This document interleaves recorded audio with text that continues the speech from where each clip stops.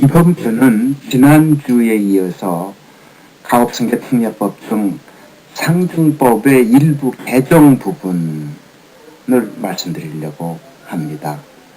물론 전폭적으로 바뀌긴 했습니다만은 대부분의 중견 중소기업은 가업승계를 하는 과정에서 발생되는 세금은 없다, 이렇게 보시면 됩니다. 세부 시행령은 앞으로 2, 3개월 이내에 발표될 걸로 보여집니다. 세부 시행령은 아마 지난해 내용과 큰 변화는 없을 걸로 예상은 됩니다.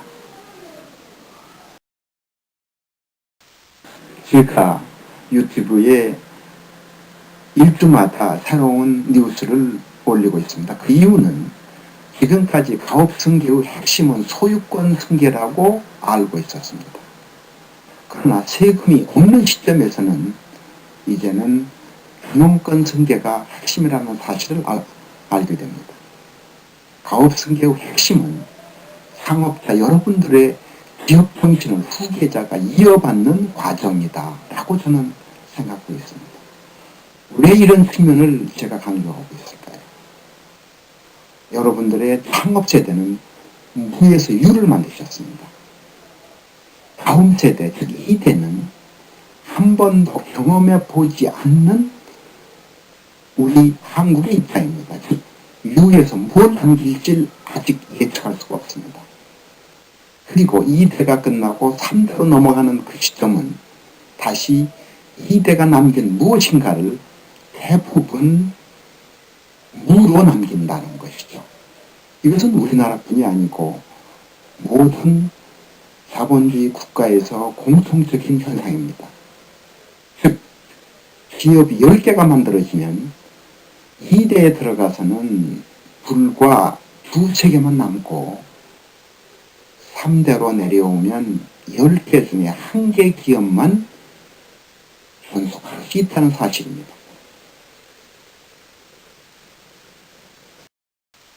가업승계특례법은 중견 중소기업에 주는 특혜에 해당이 됩니다.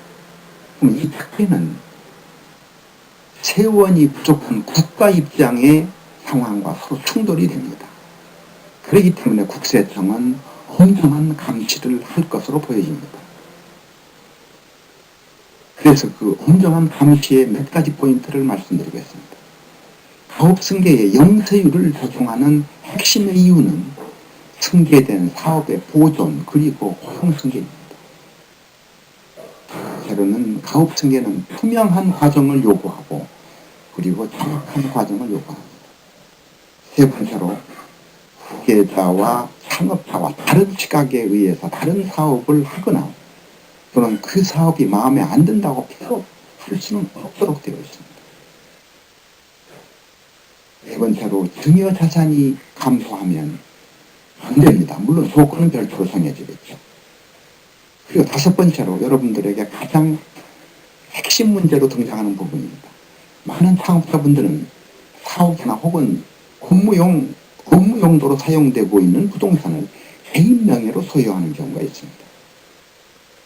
이 개인 명의로 보유된 자산은 별도 상속의 대상이 아니고 또 여러분들이 별도로 가지고 있는 사업과 관련되지 않는 부동산들은 가업 상속 대상이 아니라는 사실을 기억해야 합니다.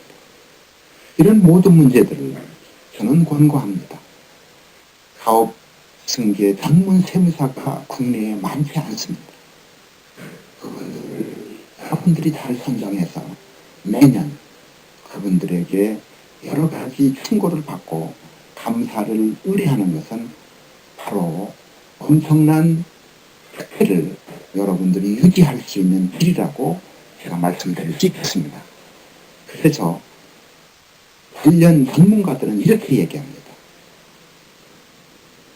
가업승계 특례법에 의해서 세금을 안 낸다라고 하는 이 자체는 어쩌면 후계자에게 지뢰를 안겨주는 것과 같다, 이렇게 얘기합니다. 저는 지난 호에서도 부인, 즉 후계자의 어머니가 핵심으로 등장한다, 이런 말씀을 드렸습니다. 그 말씀을 다시 한번 강조드리려고 합니다. 만약 여러분들이 구체적으로 가업승계를 준비하지 아니한 상태에서 이 법이 통과한다면 어떻게 될까요?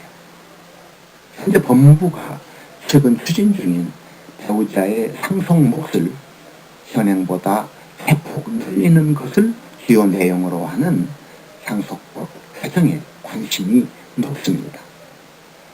이건 상당히 오래전부터 준비된 내용입니다. 현행 배우자 상속 규정은 배우자의 상속분이 외국에 비해 턱없이 낮고 생존에 계시는 배우자에 대한 보호가 고려되어 있지 않았기 때문에 꾸준히 개정이 요구되었고 금년 중에 통과될 가능성이 매우 높습니다. 이럴 경우 부인이 총 자산의 70에서 80%의 재산을 승계받을 가능성이 높습니다. 이 경우 다시 어머니로부터 이제 후계자에게 재산이 다시 한번 상속이 돼야 되는데 이때 즉 복잡한 상황이 전개될 가능성이 매우 높습니다. 또한 우리가 간과할 수 없는 것은 재혼하셨을 경우는 더욱더 문제가 발생할 가능성이 있다. 이 점을 염두에 두셔야 합니다. 저는 한국의 가업승계 현장에서 가장 많이 몸담고 있는 사람입니다. 저는 현장에서 깊이 느끼고 있는 현실과 저의 간곡한 소원입니다. 후계자 시대의 기업 구조에 대한 문제입니다. 상업자 시대에 구축된 재무 구매 라인들을 분절 깨끗하게 하고 새로운 구조를 후계자에게 넘기는 것, 이것을 저는 소원드립니다.